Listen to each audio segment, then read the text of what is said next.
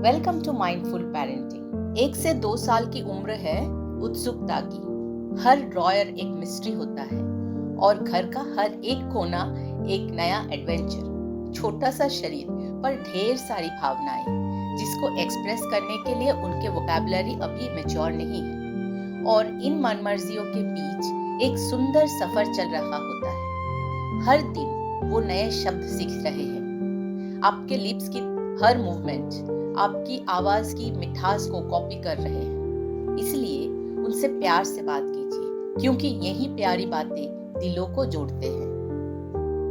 Imagine आप कोई thrilling movie देख रहे हैं और उसमें पूरी तरह डूबे हुए हैं। तभी आपका स्पाउस अचानक टीवी बंद कर देता है या चैनल बदल देता है। कैसा लगेगा आपको?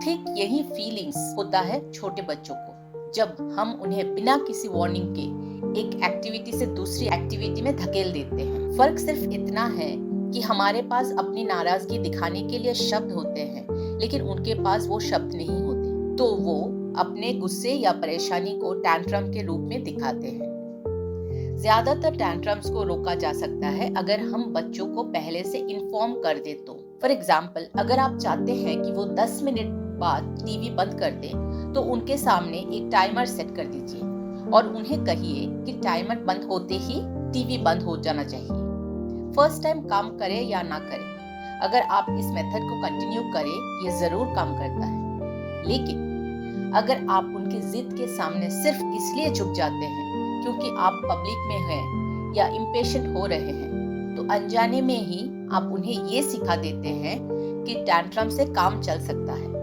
दूसरा टेक्निक है, आप शांत रहे, उनके आंखों की लेवल पर आकर लो वॉइस में कहिए, मुझे पता है तुम अपसेट हो, लेकिन अब मूव ऑन करने का समय हो गया है। आपकी आवाज जितनी लो और सॉफ्ट हो सके उतनी करें। इससे 2 काम होते हैं। बच्चा पहले रोना बंद करेगा ताकि आपकी बात सुन सके, और जब वो सुन लेता है तो मोस्टली डिस्ट्रैक्ट हो जाता है और वह अगली एक्टिविटी में लग जाता है। अगर बच्चा बहुत ज्यादा रो रहा है तो गुस्सा करने के बजाय बस थोड़ी देर शांत रहे। जब बच्चा देखता है कि आप कोई रिएक्शन नहीं दे रहे हैं, तो धीरे धीरे वो खुद ही शांत हो जाता है। अगर आप रोने के दौरान रिएक्शन देंगे तो रोना और बढ़ सकता है।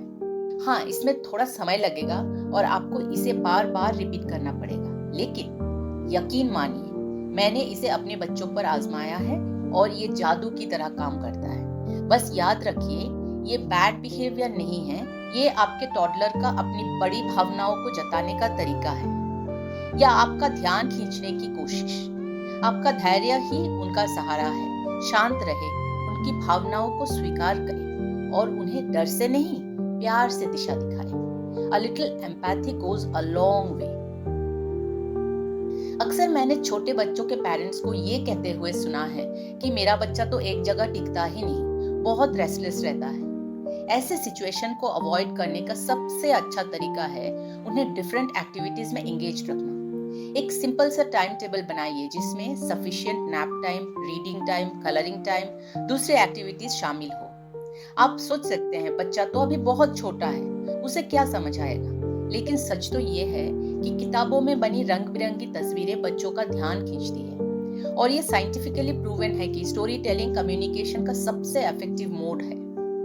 जरूरी नहीं कि हर बच्चा पहले ही दिन ध्यान से कहानी सुने या कलरिंग करे, लेकिन एज पेरेंट्स ये बहुत जरूरी है कि आप इस समय को पूरी सिंसियरिटी के साथ और बिना मोबाइल डिस्टरबेंस के स्टोरीज पढ़ें या उनके साथ कलरिंग करें। जब आप ये रोज की आदत बना लेते हैं तो धीरे धीरे बच्चे भी इसमें इंटरेस्ट लेने लगेंगे। यही वो उम्र होती है जब बच्चे तेजी से वोकैबुलरी बना रहे होते हैं। इसलिए जितना ज्यादा आप उनसे बात करेंगे या किताब पढ़ेंगे, उतना ही जल्दी वो बोलना और आपके बोले हुए शब्दों को दोहराना शुरू करेंगे। मुझे एक दोस्त की बात याद है।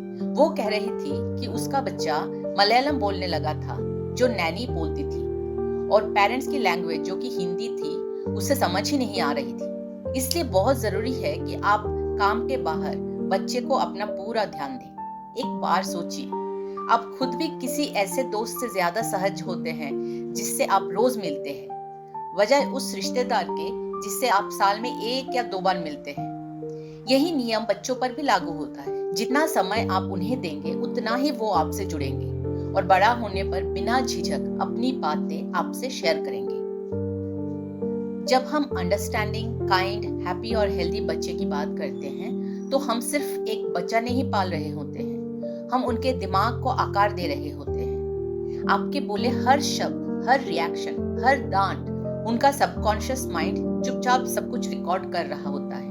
इसलिए आपकी रिएक्शन वैसी होनी चाहिए जैसे आप अपने बच्चे को एक दिन बनते देखना चाहते हैं, क्योंकि जो वो देखते हैं वही वो बनते हैं। और सच्चाई ये है, you can't pour from an empty cup. जब मुझे ये बात सच में समझ आई, मैंने महसूस किया कि मुझे खुद वैसा इंसान बनना है जैसा मैं अपने बच्चे को बनते देखना चाहती हूँ। मैंने खुद की फिजिकल और मेंटल फिटनेस पर काम करना शुरू किया और स्ट्रेसफुल मोमेंट में अपने बिहेवियर को ऑब्जर्व करना शुरू किया। शायद ये एक और टफ टास्क लगे आपको, लेकिन यकीन मानिए, जिंदगी की इस लंबी जर्नी में ये स्ट्रगल्स बीत जाएंगे।